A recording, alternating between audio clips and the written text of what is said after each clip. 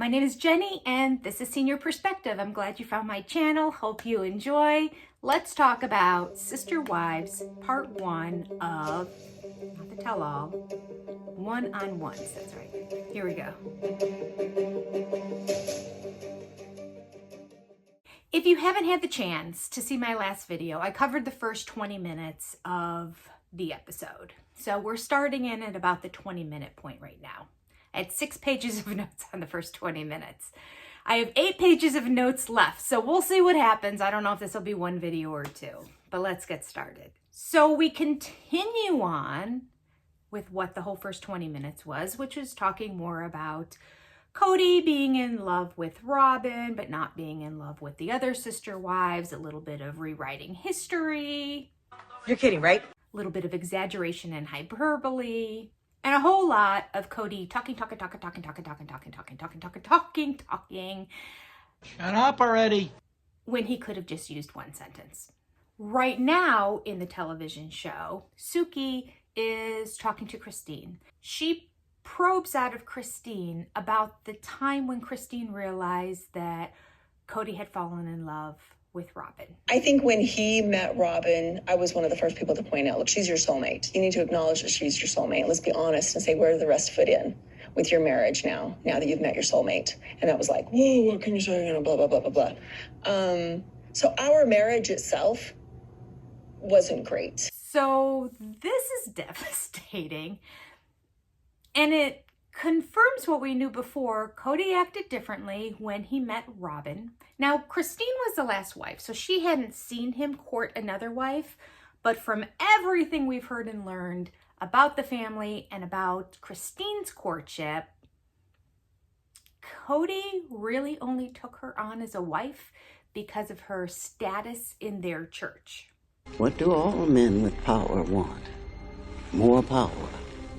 Christine had fallen and was smitten for Cody years before he came around and thought, yes, we should be in a marriage together. I don't think Christine even said, and he fell in love with me too. It is good to finally see, after all these years, 25 to 30 years, that Christine has found her worth and has grown up and matured enough to not stand for bullshit anymore and to put herself first. I am woman, hear me roar. What I take as most significant from this video clip is not the fact that she was aware of it and that her heart was broken at that time, because obviously it would be for anybody given that situation. But this is showing how from the very, very beginning, they were aware this is different with Robin. And Christine was like, okay, this is going to be different with Robin. How am I going to work into this equation? How are the rest of the wives? How are we going to make this work? And Cody shut it down and is like, no. Nothing's different. So we're emphasizing Cody's immaturity here in that he's got 15 years later, 3 wives, has, according to him, fallen in love for the very first time. So he feels more for Robin, and according to his words, it's lust. He coats it in a bunch of different terminology: a burning, a desire, suffering for passion. Like, he tries to say everything other than what he's really trying to say, which is lust, because I think he knows he's going to look like a douche, but like, we're not dumb. We can read between the lines, Cody. And let's face it, Cody admitted way back in the beginning that he was never attracted to Christine, and that she literally even grossed him out on their honeymoon by the way that she ate nachos, that he saw this chubby girl scarfing down nachos. Like, we've known all this time. For me, I gave him a pass in the early seasons. Of course, I didn't know about the whole scarfing chubby girl thing because that was in their book and I hadn't read the book at the time. So Cody again says to Suki in the interview, when I met Robin, I fell in love for the first time. Okay, we've heard this for 20 minutes already. And Mary responds, which I said in my last video, Mary didn't have anything except for one line. I forgot about this. But this is a doozy too, because Mary says, I know that he's happy with her, and I know that they have this soul connection. He speaks of that often. And I'm glad that he has that with her. I think everybody should have that. I think it's very unfortunate that the rest of the family had to go by the wayside to get that. I think that he has in his life had the capacity to love and care for multiple of us, right? Like, we've got a big family. I think he has the capacity, and for whatever reason, he's not doing it. You see that before she said he had the capacity before to love many of us because he had a large family. And for whatever reason, he's not doing that.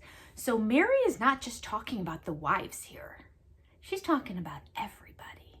She's basically outing Cody and saying that he's not able to love multiple people in his family. So she's saying he's not loving his own kids, which we kind of see. I mean, he's certainly not demonstrating an act of love. He insisted with his other wives that he didn't love them, but he demonstrated an act of love. Well, I can't tell you. I'm not in his head or his heart. I don't know if he loves his children or not. I don't know if Cody really understands what love is still. I think he knows what lust is, and I think he didn't have that before, and now he's calling that love when it comes to Robin. But when it comes to the kids, his ability to so easily cut them off, that kind of agape love that you just have, that just overwhelming, arms open kind of love that most parents, almost all parents, have for their children, I don't see it with him. And the more you really analyze it, if you go back and look at the earlier episodes in that too, and he talks about family, how much he loved it. What did he love? He walked into those houses and the kids ran to him like a magnet. He was the king. The best dad we could ever have. He was the most powerful. He came in and would always sit down in a chair in the living room and have them climb on him, and everybody was happy to see Daddy. It was all feeding his ego. There wasn't a whole lot of demonstration of him giving sacrificial love to them. And when he had opportunities to demonstrate sacrificial love to his children, he fell short. What do you mean by that? Not supporting them in all their wishes and dreams. Not taking care of them when they were sick and the moms were away. Not agreeing to necessary surgery to prevent ongoing chronic pain in their children. And then going on to suggest that they would just go by themselves across the country and get the surgery done themselves if they had to have it done. You know about that? We see this over and over again, but this is the first time that I've heard Mary call him out for it. Christine has implied in the past, I mean, she indicated the nail in the coffin in their marriage really was when Isabel had to have this surgery and Cody wouldn't have any part of it and he wouldn't go. But because Mary has never said anything really negative about Cody, and when she did say something negative, she would flip-flop back and then say something positive again. It's exciting to see her stand her ground. So Christine, reflecting back to Cody's relationship with Robin at the beginning, I love the line that she came out and said, which is, oh, he does have it in him to help out. Now, we talked about this in previous videos where we see Cody doing dishes at Robin's house. We don't see him doing dishes at the other houses. We see Cody getting up early and leaving the other mom's houses so he can go over to Robin's house so that he can get the kids up and get them dressed and drive them to school and all that. Meanwhile, Robin is there. Robin has 3 teenage kids, or 20s, and Robin has a nanny. But Cody is still going over there to do all this stuff. Now, whether Robin wants him to do it or whether he's choosing to do it, both are bad, but in different ways. He claims he's just choosing to do it. Robin claims he's choosing to do it. So let's just couch that right now and point out the fact that he's choosing to do that for her and her kids. Didn't do it for any of the other kids. Kind of doubles down with what Mary was saying too about how he doesn't have the capacity to love all. Suki asks Cody, how is your relationship with Janelle? And he says, I don't know. Oh, here we go again. Word of the day calendar. I can't. For a man who can't put a sentence together, to throw in these words just sort of blows my mind. He's like, well, I don't like triangulating, but... And I have to say, I'm gonna admit it, I had to pause and look up triangulating. It's not a word in my vocabulary. I have a master's degree. But I will admit most of Cody's buzzwords all fall in the realm of psychology and that. So I think he's very well read on that area, trying to find information and justification for his behavior. My personal opinion. So from what I looked up, this is what I read on triangulating. Triangulating is when you bring in another person into your relationship to kind of have a mediator, but that mediator is intended to be on your side. Can we just step aside for a second and say, Cody doesn't like triangulating? That's been this whole series with Robin. He and Robin together as a team against whoever else he's having an issue with, whether it be a wife or one of his children. So to say he doesn't like it is kind of interesting. I think he's getting a taste of his own medicine here, and he doesn't like it. I wrote down what Cody said here about the whole triangulating thing, and this is what he said. I don't like triangulating. People coming to me with someone else's grievance.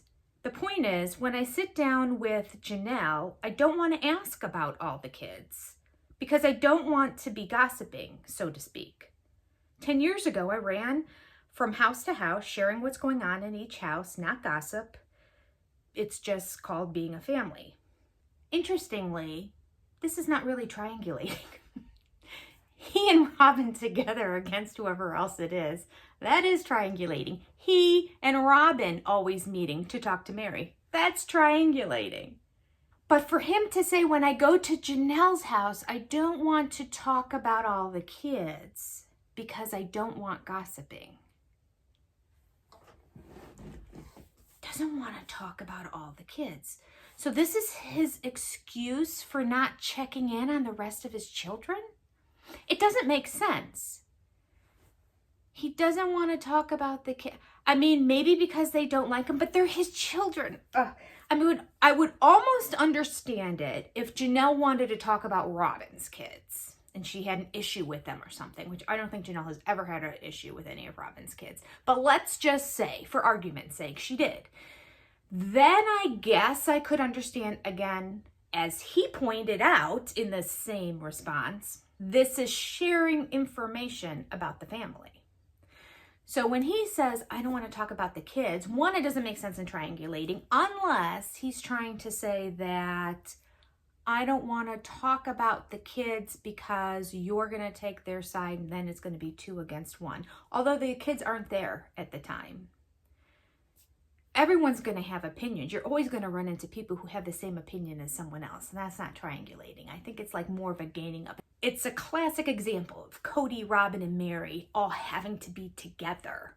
Interestingly, Mary thinking Robin's on her side in this triangulation, when in reality, she's on Cody's side. So when they all get together, She's a double agent! Robin zips her lip and doesn't say anything in support of Mary. We saw it again at Coyote Pass, or sitting at the picnic table again. Mary thinks Robin is there as her security blanket and her support. And yet, when Mary brings up, you have 4 acres of land, you have 4 acres of land, the 2 of you together have 8 acres of land, Janelle has 4 acres of land, and I have 2. Can I get a couple more? Robin never jumps to her defense. Silence. But what's really sad about these exact words that Cody says is, I didn't want to ask about all the kids because I don't want to be gossiping. I don't want to ask about all the kids because I don't want to be gossiping. I am telling you, if I had a grievance with one of my children and they were on good terms with my husband, I would be talking to my husband a lot about that, even if he was 100% on their side. I can't, for the life of myself, figure out why Cody doesn't want to work this out, because that's really what it comes down to. In the end, he's not trying at all. He's so stubborn. So And then he goes on to say, I love this comic relief. Maybe there is a little comedy in these shows, according to Cody at the beginning. No singing and dancing, but here's the comedy. The comedy is when Cody says, I've spent 2 years watching Christine and Janelle. I don't think he used the shit talk. He usually does shit talk. He's stopped that. What does he say? Talk about me. Okay. So I've spent 2 years watching Janelle and Christine talk about me. And he's really upset about this. Let's just pause there for a second. Yes, you're on a reality TV show.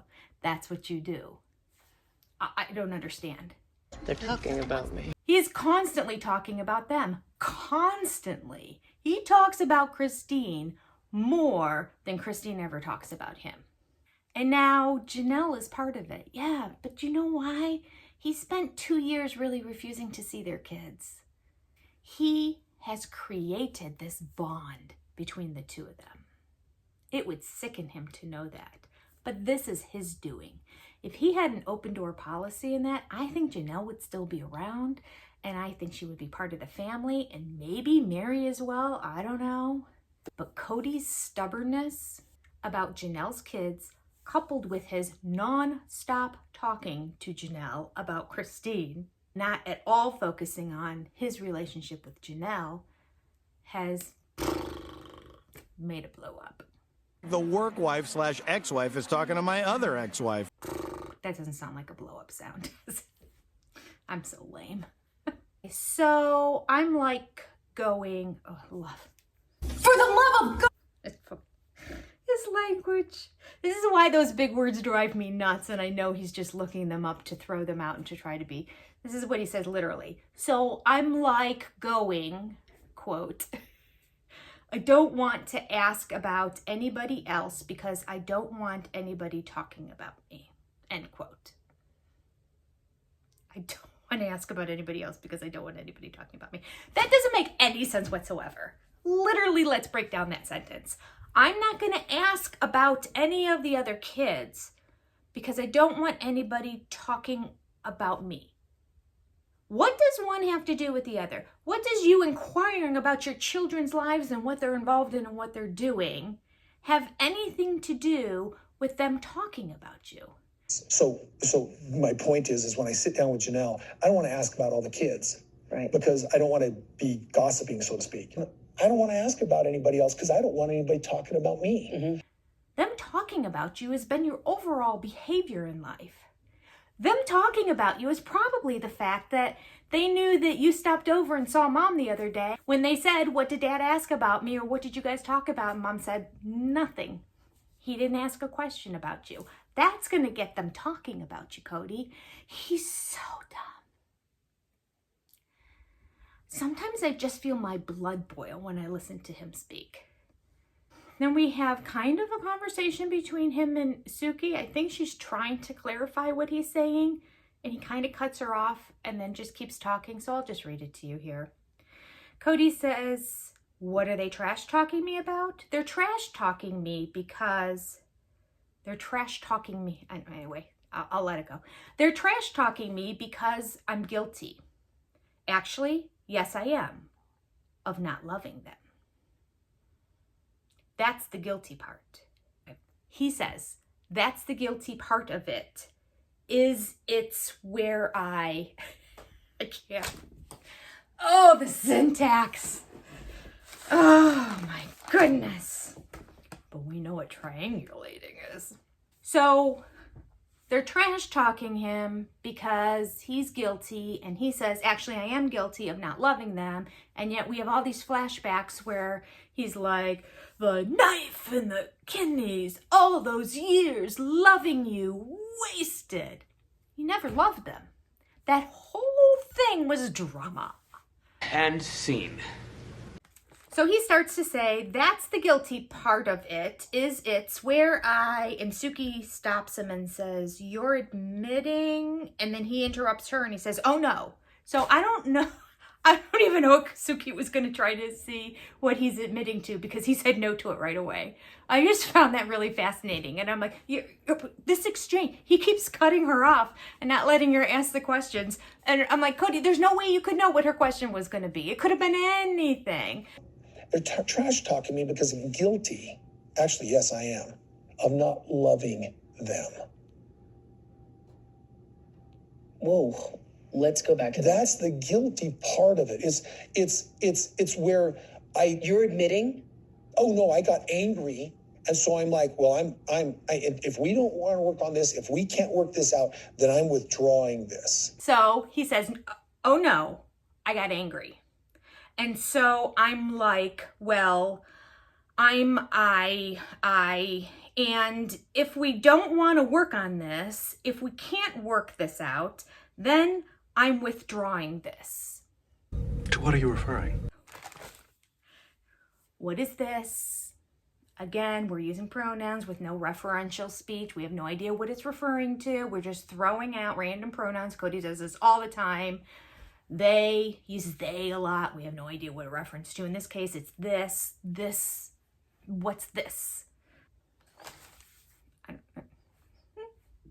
Maybe he's trying to justify when he withdrew his affection to his wives, because we know there was no intimacy for over 15 years with Mary. And it seems like, I don't know, I feel like Christine at one point said how long it had been, but it had been a long time, many years, since he's had intimacy with Christine. So we don't know exactly what he's withdrawing. Maybe he's saying he's withdrawing himself from the whole relationship. Don't know, because this is Cody speak. Suki says, are you admitting you're guilty of not loving them enough to help the relationship? I thought that was a good question. And of course, his response is, no. He goes, no. I was guilty of not being in love with them. It was the guilt from the beginning. It was a guilt from the beginning. He said that twice too. Completely just repeated himself in this. He doesn't know what he's saying. But are you admitting that you were guilty of not loving them enough to help the relationship? No. Were you withdrawing their love? No. I was guilty of not being in love with them. It was the guilt from the beginning. It was a guilt from the beginning. It's like, I'm married, and I didn't know. So she says, are you guilty of not loving them enough? And he says, no. I was guilty of not being in love with them from the beginning. I would think that that would equate also being guilty of not loving them enough if there was never any love. That would be not enough. So here's the whole word salad of Cody going on and just saying a bunch of stuff, not really saying anything, just throwing words together. He says, it's like I married and I didn't know, I married on a premise that was very different than romantic love. It's that completely. So I'm in a place now where I would like romantic love with Janelle. We've got stuff to work out. Christine was in a place where she always wanted romantic love with me. I married on a premise that was very different than romantic love, if that's completely. So I'm in a place now where I would like romantic love with Janelle. We've got stuff to work out. Christine was always in a place where she wanted romantic love with me. Let's get back to Janelle. I'm just going to take out one thing to talk about this because we could analyze all of it to death, and I'm getting over that right now because it exhausts me to try to analyze his speech and realize the intent behind his words and figure out, is he just that dumb in the way he's talking, or is he trying to hide something by throwing all the words around? Or does he not understand the questions? I mean, I don't know. The way he answers these questions is so aggravating. But I find it fascinating that he did say in there, I'm in a place right now where I would like romantic love with Janelle. How old are you now? I just don't know. I don't know what to make of that. I don't know if it's so that there could still be sister wives, and she was the easiest marriage of the three OGs. So I think he thinks, and you know, I think she's also the most impressionable, the most easily swayed. I mean, clearly she gave all her money, her 401k, everything to him and Robin. They have it all. That $1 million house was built on Janelle's money and some of Mary's as well. But Janelle came from money and had an inheritance which bought the Lehigh house. Because you know, at that time, they were broken up. When he refers to we've had separations in the past, they were separated, living in a trailer, separated at the time the Lehigh house came to be. And he went groveling back to her and said, let's make up. And, oh, you know that money you just got from your grandfather? Can you buy this house? I think it'll be great for the family. It's for the family, not for me. It's for the family. At this point, TLC plays the full clip of the fight with him and Janelle. And I found it really interesting. This is not the edited version that we've been seeing over and over and over and over again.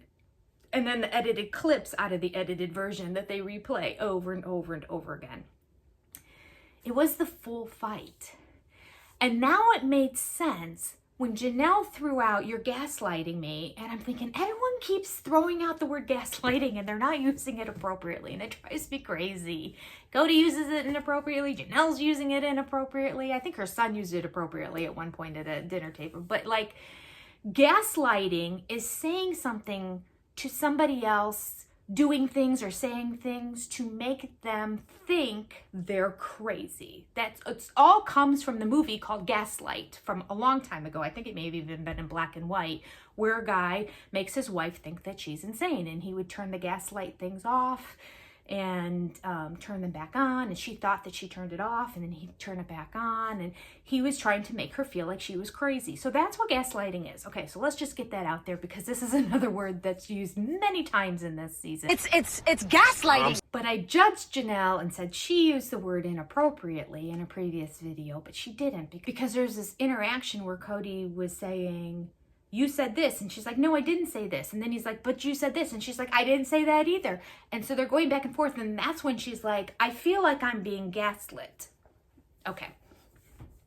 So there wasn't a whole lot of great content, obviously, or TLC would have put it in the show, but it was nice to see it play out a little bit without the editing. So as TLC is showing this entire scene, there's little boxes showing when each one of the 4 wives and Cody were watching it. Because obviously she said to all of them, we're going to show this clip now and I want you to react to it.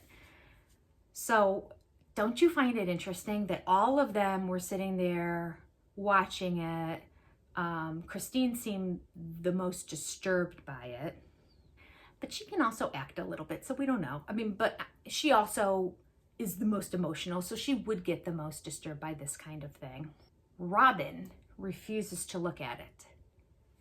Her head is down to the side and she's looking at the floor while the clip is being said. I mean, talk about being in denial. Yeah, it's uncomfortable to see. But even Cody and Janelle, who were a part of it, Janelle, who was receiving it all, was watching it. But you can't, Robin. You're too tender. You're too sensitive. This is just more justification that Robin lives in Robin's world and just denies things that she doesn't want to exist. Like the COVID thing never existed, and this conversation, this argument where Cody looks like the biggest douchebag in the world didn't happen. Not my husband. It's like a Jedi mind trick. There was no coronavirus. I never kept the family away. You never saw me here. Janelle and Cody never had a fight. These aren't the droids you're looking for. And Suki said to Cody, that has to be one of the worst fights that you've had with Janelle. And she didn't say the worst, she said one of. I think that's pretty justifiable. I think anybody that would deal with somebody who spoke to him like that, as condescending as he was, I'm not going to. And the loudness of his voice, tossing the cup of, I mean, he was just, it was bad. And Cody, so smug, shakes his head and goes, Imagine that this has got to be one of the worst fights that you've ever had before with Janelle.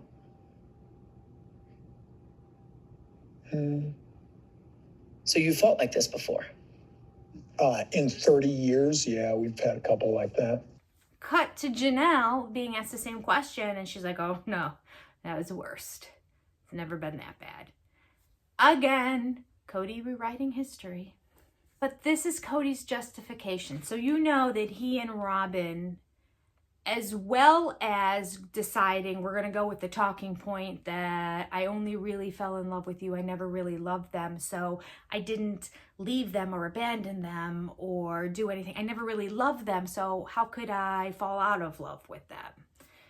It's an interesting take. I don't think it's a very bright or smart one.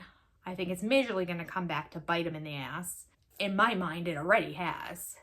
And now it appears that they have decided that their explanation for Cody's behavior in this fight is that he was triggered.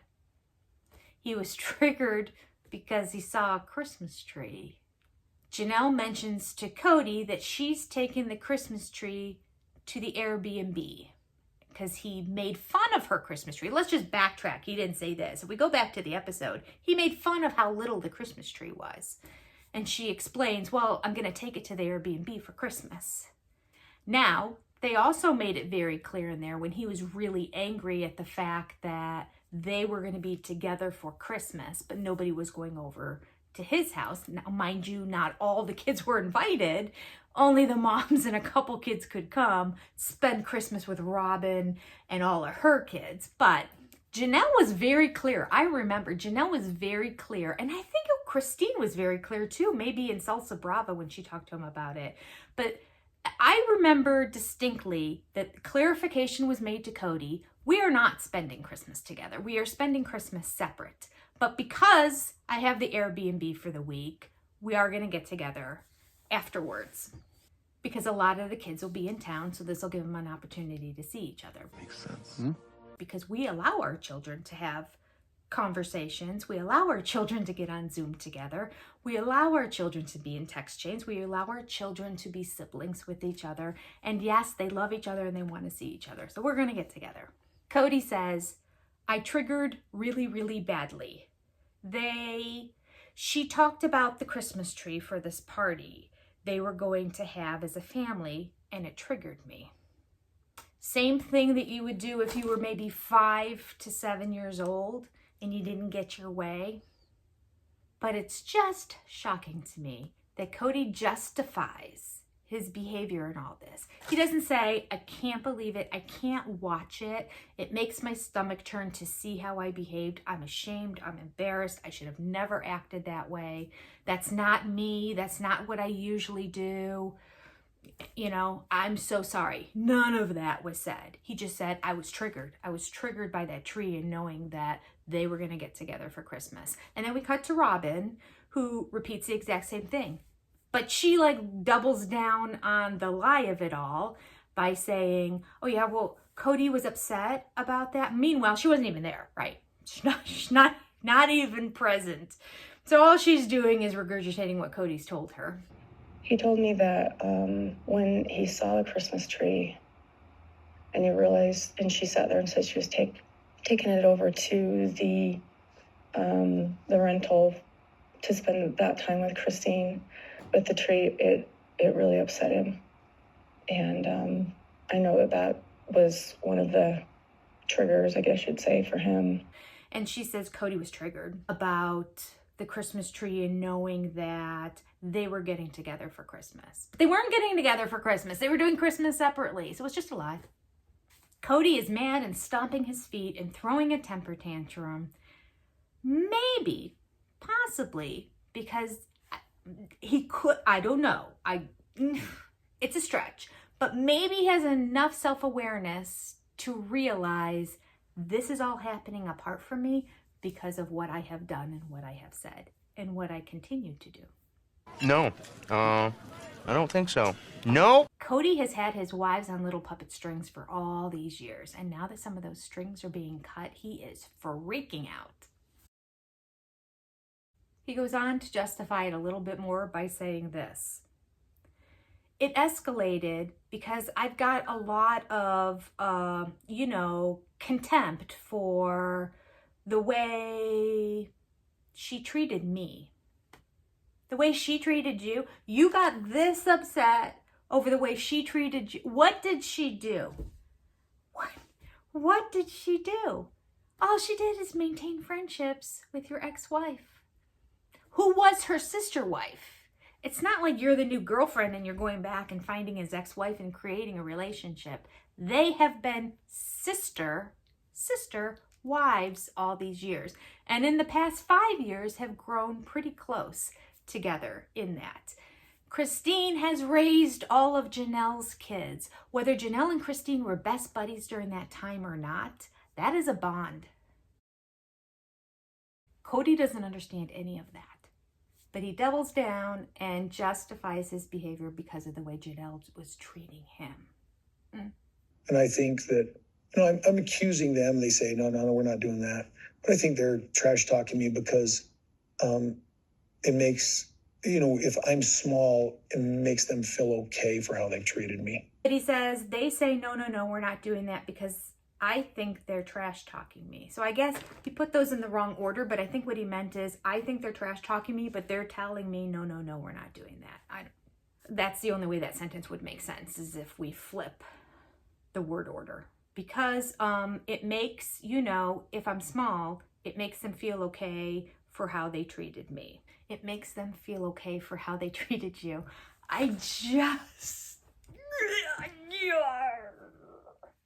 He is I have no words. I can't even formulate my anger over this guy in terms of his victimhood. Well, I guess it's so demeaning and smug. I guess it makes them feel okay to trash talk me. Because if I'm small, then it makes them feel okay about how they treated me. I mean, those words don't even make sense. If I was treating somebody poorly and then eventually learned that they were lesser than or smaller than or, not competent or whatever, I would feel worse, not better. We're going to end it here. We're not going to do the whole rest of the video. Apologize. It's going to take me a while. It might be a couple days before I get the last one out because I have a long day of work tomorrow and it's going to take me all evening to edit this one. But if you like these and you're enjoying them, please subscribe, share it with your friends, have them subscribe. If you have a sub channel, subscribe on that one too. The subscriptions, let me know. I should keep going. And of course, like and comment as well. Okay, so here we are at the very end. Kody says, listen, I might not have been in love, but I was being loving and I was trying to love, okay? All right, so this is the first time he really used the appropriate words in the appropriate way and shared his thoughts in a coherent way. I'm going to say this is the point of the interview when Kody feels like his back is against the wall. And I don't think he likes the fact that Suki sometimes is getting the upper hand or asking him questions that he's uncomfortable with. I think he thought he knew all the right answers to everything and that he wouldn't get himself caught in a snare, but he is with all this talking that he's doing. And here's proof that his back is against the wall because of that okay word. Listen, I might not have been in love, but I was being loving and I was trying to love, okay? That okay to Suki and trying to get her to nod her head in agreement. That's what you're trying to do in that situation. You're trying to establish your dominance and you're trying to get somebody to agree with your position on something by saying, okay, before you go on, to get her to nod. She's stoic. I was proud of her. Kody goes on to say, sometimes I would feel in love, all right? She still didn't nod her head. So I was making all the effort. Then the emotion wasn't always perfectly there. I don't think I'm accountable for that part of it. The emotion wasn't always perfectly there. What do you mean perfectly there? The emotion wasn't always there. Cody throwing in extra words.